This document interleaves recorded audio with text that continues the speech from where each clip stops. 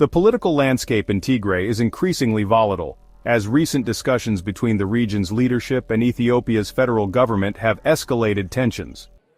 The ongoing dispute reveals significant divisions between Tigray Interim Administration President Getachew Reda and Tigray People's Liberation Front Chairman Debretsion Gebremichael, with a series of accusations and counterclaims intensifying the power struggle.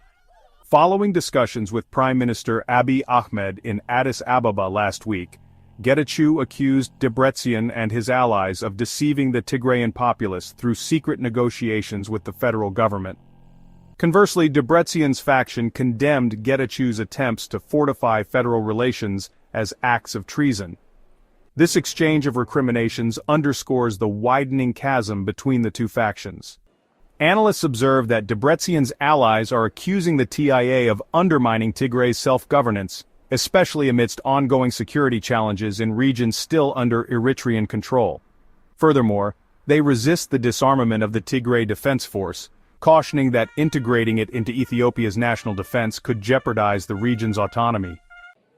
The TIA has leveled serious accusations against Debretsion's faction, alleging a disregard for the Pretoria Agreement which successfully concluded Tigray's two-year conflict in 2022.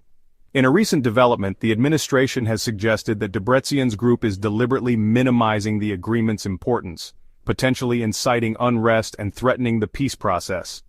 They argue that his faction aims to lead the populace into a perpetual state of conflict under the pretense of struggle. An important issue to consider is the future of the TDF. The TIA advocates for its integration into the Ethiopian National Defense Force, placing it under federal control. However, Debretsion's faction strongly resists disarmament, raising concerns about sovereignty and the security of Tigray.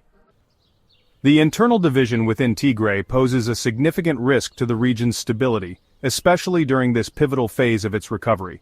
Public trust is at stake, and analysts are scrutinizing how these rival factions will either reconcile their differences or potentially escalate the conflict.